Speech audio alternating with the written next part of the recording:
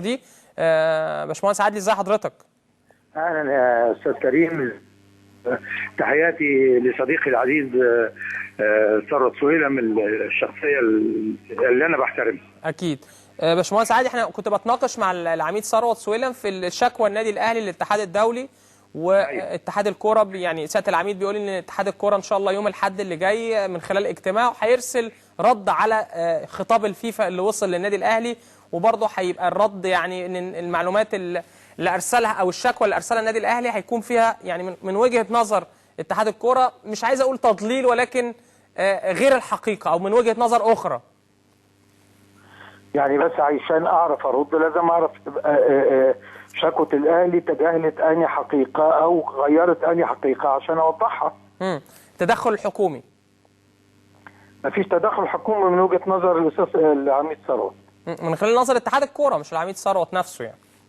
يعني شوف، خلي بالك، انا طبعا ثروت انا اثق في شخصيته، اثق في سلامته، اثق في كل حاجه. لكن ما فيش حد يعني في مكان يقدر يقول ان هو مسيطر على المكان او يعني يقدر يغير سياسه المكان الا في اطار مسؤوليته. هو راجل مدير تنفيذي هيؤدي دوره على اكمل وجه وبمنتهى الامانه والشفافيه. لكن اللي بيحرك السياسات ما حدش بقى يعني يقول لي ان يعني كل ما حدث ده، والناس يعني في مصر اللي شايفه من اول انتخابات لجنه الانديه لحد النهارده ان الامور ماشيه بملء الاراده. والله اذا كانت كده تبقى الموضوع اخطر على فكره. يعني اذا كان اتحاد الكوره هي دي سياسته وده اسلوبه وهو ده علاقته بالانديه اللي هي جمعيته العموميه، وهو اللي داخل ينافسها في حق الرعايه وداخل ينافسها في البث وداخل يلغيها وداخل يتراجع عن تنفيذ لجنه انديه المحترفين بس واحده واحده. واصبح كل ما يصدر من اتحاد الكوره عباره عن مناوئه لمصالح الانديه، وبدعوى ان اصل دول كام نادي في 1200 نادي، وده خلط فظيع للحقيقه وخلط فظيع للاوراق، لان مصالح ال 22 نادي وسياستهم ومشاكلهم تختلف تماما عن الدرجه البه ممتازه ولا الاولى الممتازه، احنا لنا مسميات يعني، والثالثه والرابعه كل درجه بتختلف مشاكلها عن الثانيه.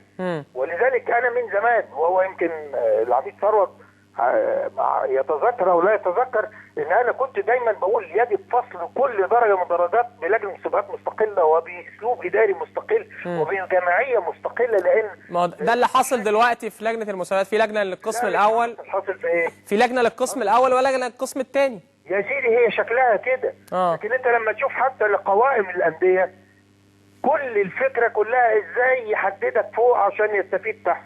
كل الفكره كنا 30 وخمسه من الصاعدين، بقينا 25 ومفيش حاجه خمسه من الصاعدين. هل ممكن تلعب بطوله افريقيا؟ وشفنا السنه اللي فاتت ما حدث للنادي الاهلي وازاي رحنا ونحن نواجه نقص فظيع في العناصر الفنيه في بطوله العالم للانديه.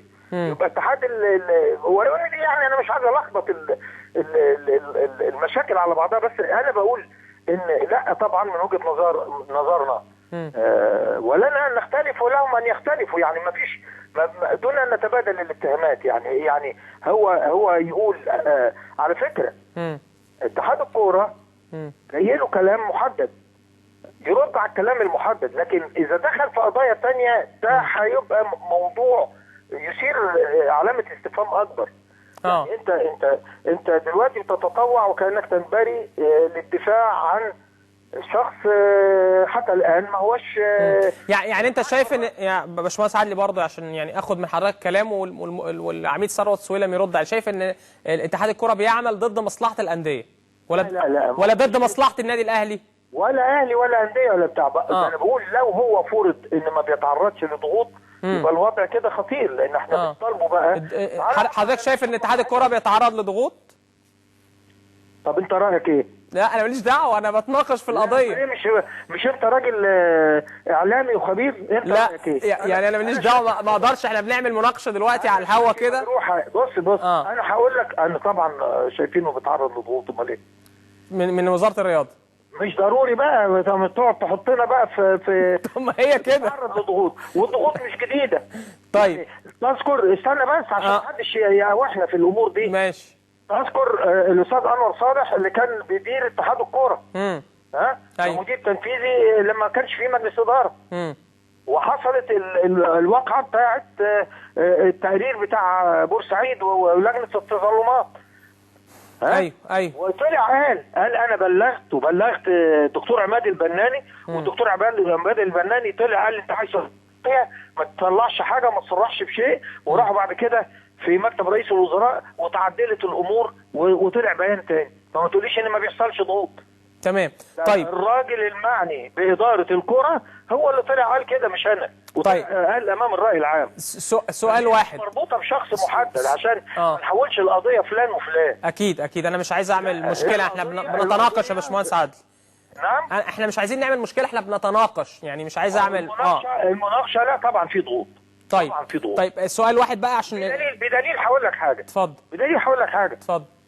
هو لما اتمضى عقد البث التلفزيوني اللي فيه مشاكل والاهلي قد اخطر اتحاد الكوره انه هو هيبث منفردا وانه مش موجود في لجنه البث، واخطر اتحاد الاذاعه والتلفزيون يوم 27 او 28 يوم يحصل توقيع العقد يوم واحد بعد الاختيارات اللي تمت دي في حضور وزيرين الاعلام وزير الرياضه.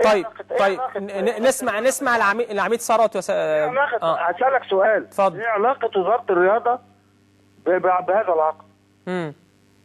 ما تقوليش ان مفيش تدخل صوت وصوره. طيب ممكن نسمع العميد ثروت، وحضرتك معانا برضه يا باشمهندس تكون موجود معانا وسمعنا. سياده العميد.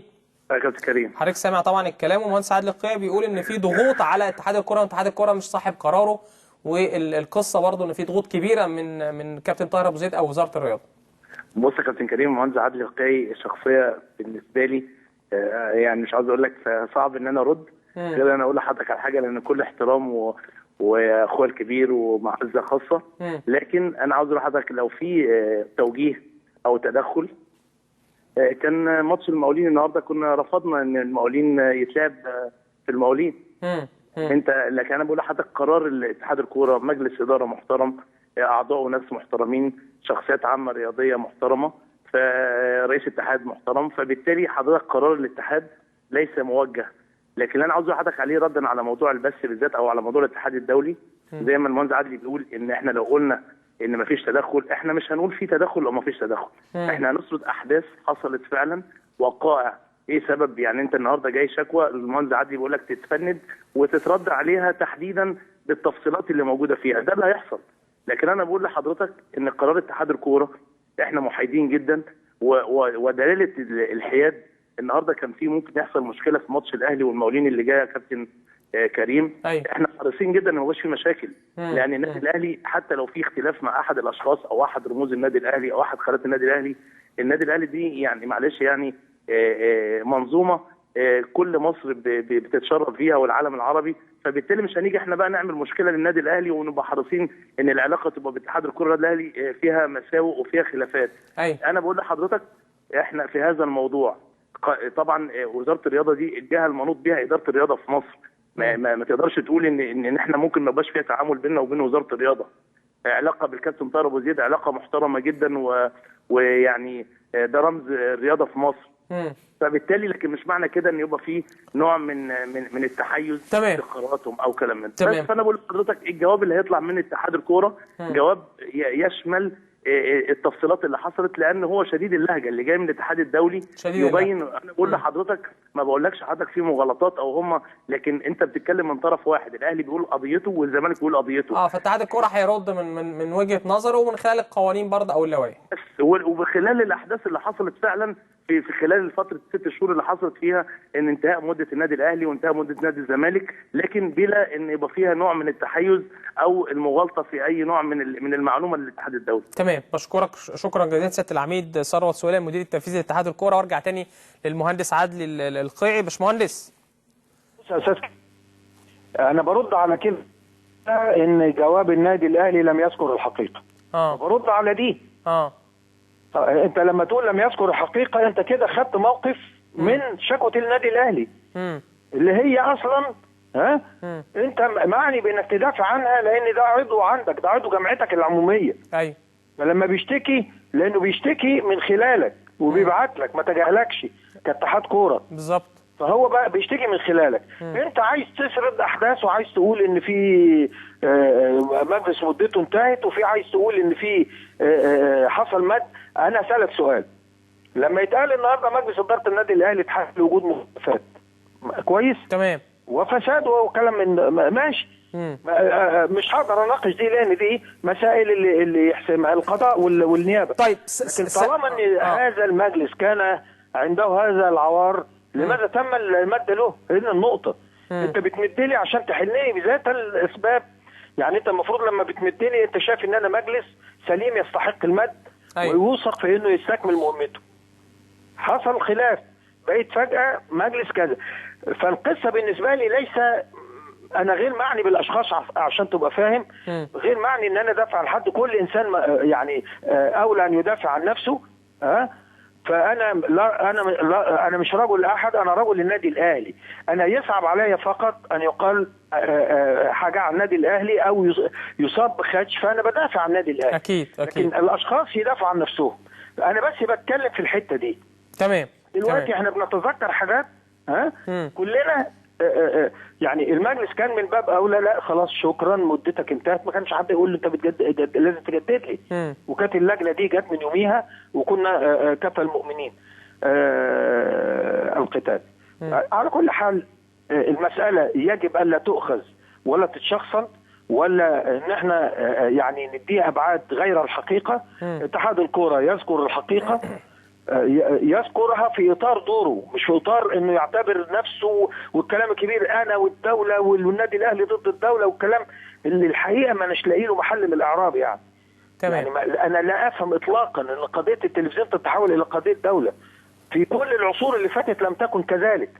مفيش حد ابدا فرض يا كابتن كريم على اي نادي انه لازم يذيع.